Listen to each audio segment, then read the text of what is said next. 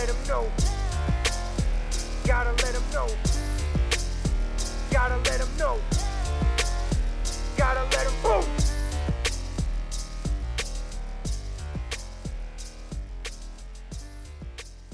Welcome back to the podcast, Point of Perspective. Very, very interesting episode.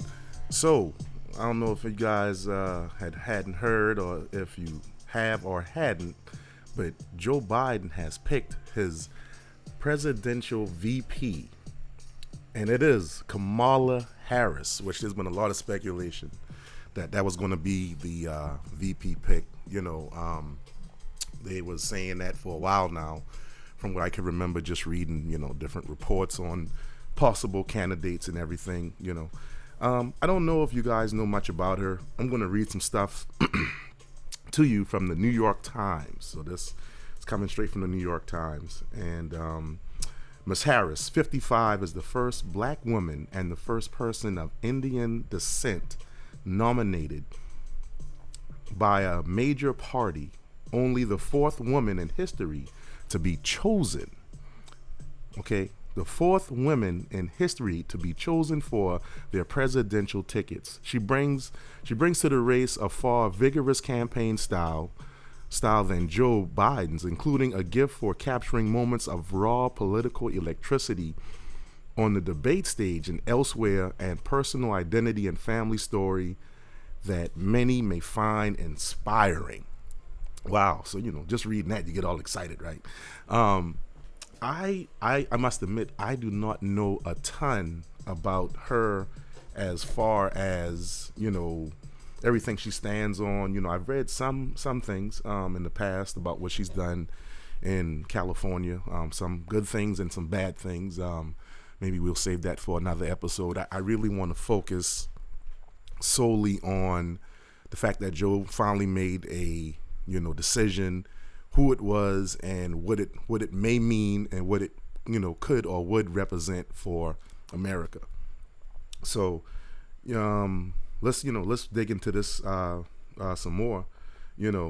Another little excerpt from the New York Times on Miss Harris, and it says, a pragmatic moderate who spent most of her career as a prosecutor, Ms. Harris was seen throughout the vice presidential search as among the safest choices available to Biden. She has been a reliable ally of the Democratic establishment with flexible policy priorities largely mirror Biden's, and her supporters argue that she could reinforce Biden's appeal to black voters and women without stirring particularly opposition of the right or left. So now from reading that, I feel like, okay, they're saying that she was a safe pick. She kind of, has a lot of the same ideals as Biden and whatnot. So let's go back to the opening thing with her. Okay, she's 55 years old.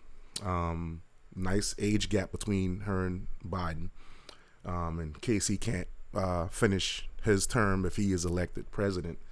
And they're saying that she's the first black woman and the first person of Indian descent. That's really big. So she's representing two different races. So with that, you would hope that kind of steam would be able to capture a lot of the black vote, black women, Indian descent as well. So that's a really smart political move by Joe Biden and the Democratic Party. Of course, some people may not like the pick on the other side, and maybe you might have a lot of Democrats who don't like the pick either. But I think from a strategic standpoint, that's a really good move to capture a lot of votes that may have been on the fence, so to speak. So let's not get this twisted. This is a race. This is a political race to win the highest seat of the country. So you definitely want to do things that are going to put you in the driver's seat to win. You're not playing to lose in any competition or race. You're playing to win. So I definitely think this was a good decision on the Democrats' part. As far as the pick, like I said, going into her background is a whole different topic, but just from a visual imagery standpoint, this is a really good pick because it will, I think, just seeing a woman of color alone will inspire young women coming up that you can, be a heavy hitter in the political arena.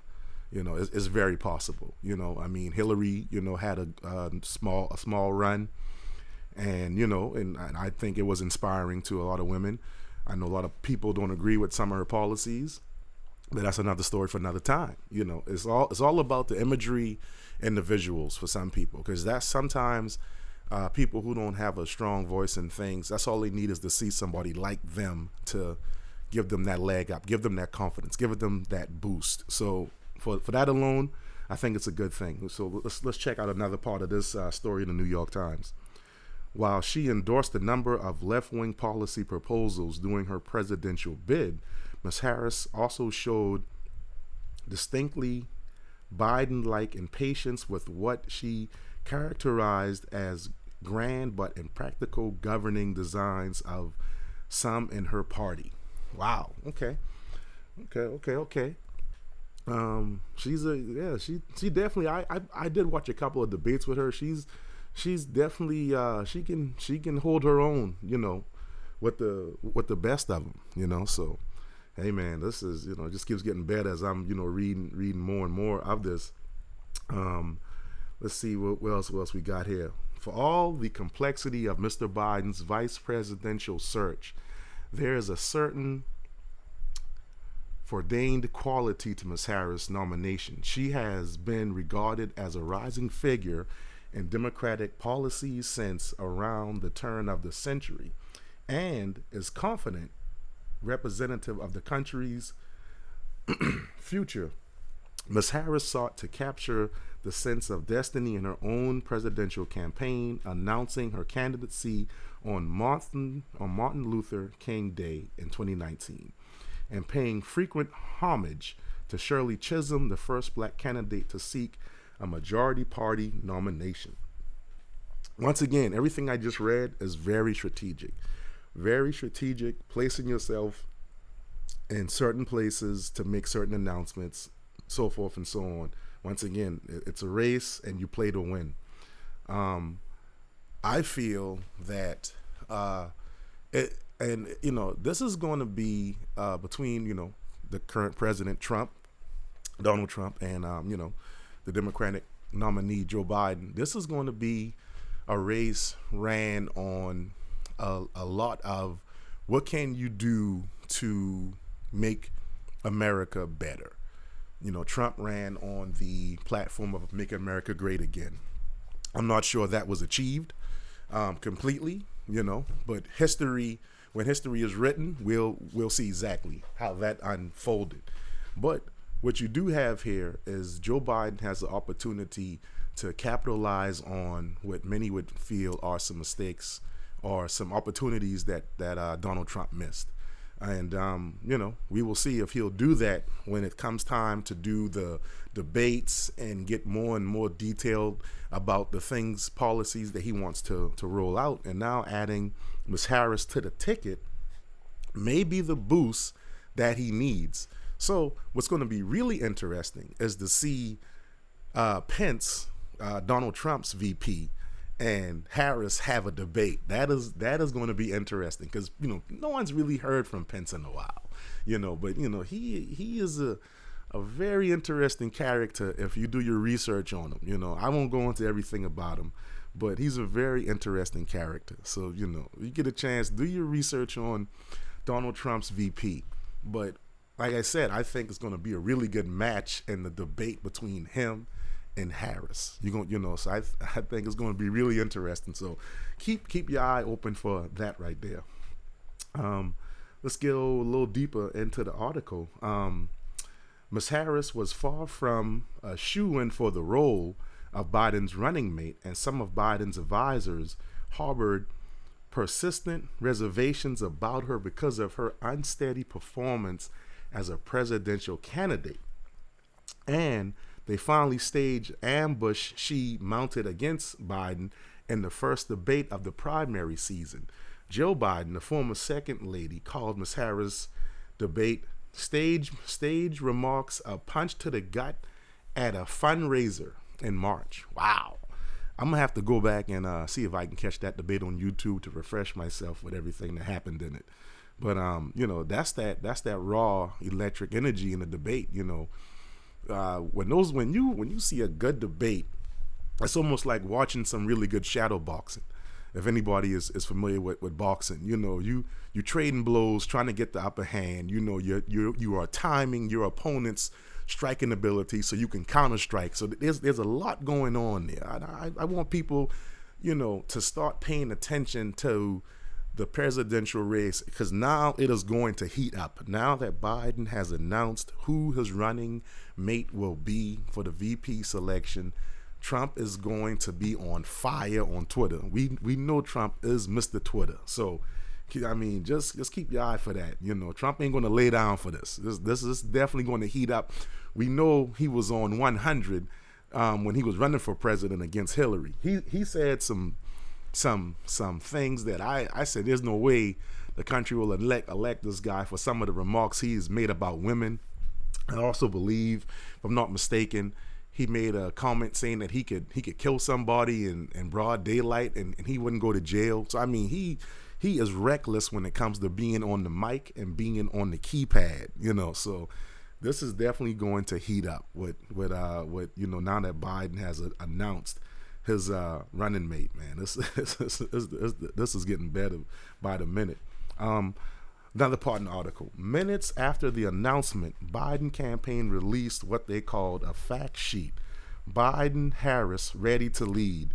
Read the subject line. Perhaps the recognition of the attention paid to tensions between Biden family and Ms. Harris surrounding the debate stage attacked the release, including a section titled Harris Partnership with Joe Biden. Wow. So, man, this hey, it's one of those things. If you can lead the conversation, you got a better chance of dominating it, So, hey, that's not a bad move as well. It went on to say that the document noted that she served as Attorney General of California when Biden's son was Attorney General of Delaware.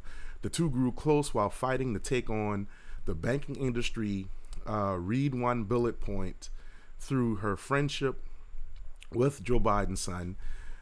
She got to know Joe Biden from hearing about the to seek her own fight for others directly. Joe has long been impressed by how tough Ms. Harris is. So, okay, he's saying that, he was impressed, perhaps even admired her toughness. So, that's good that they can mesh well together. Let's see what we got here. The Trump campaign has responded to Mrs. Harris' election with a statement branding her as proof that Joe Biden is an empty shell being filled with extreme agenda of the radicals on the left. Katrina Pison, a spokeswoman for the campaign, attacked the policy stances Ms. Harris adopted during her own presidential campaign and highlighted her past attacks on Biden. But that's yet more strategies. I can't knock either side for that. Of course, you're going to bring up comments, sound bites, articles from the past when she was, of course, running against him for the presidential bid. They're going to bring that stuff up. So that's no surprise. I'm sure that's no surprise to the Biden campaign. They're ready for it. They're prepared for it. And so just as Trump is going to be prepared for whatever they're going to throw at him, like I said, once again, I keep making reference to this. This is a race. This is a fight to win. So all the gloves are off. You're going to do what you got to do at the end of the day. Let's see another excerpt. Ms. Harris is likely, however, to face some skepticism from the left and attacks from Trump over her record of district attorney in San Francisco and Attorney General of California. She has struggled in the past to defend her handling of some highly sensitive cases, including one involving a death real inmate seeking to obtain DNA evidence for his case, as well as her decision to defend California's penalty in the court despite stated opposition to capital punishment. Wow. So it's like I said, I got to do more research on everything that, she's done, back in San Francisco. But like I said, I have read a few things, I've heard a few things on the news, but I don't think that's going to stop the train off the, derail the train off the track. So we'll see, man. It's going to heat up, man. I just wanted to jump on here and talk about this, because if you're not paying attention to the political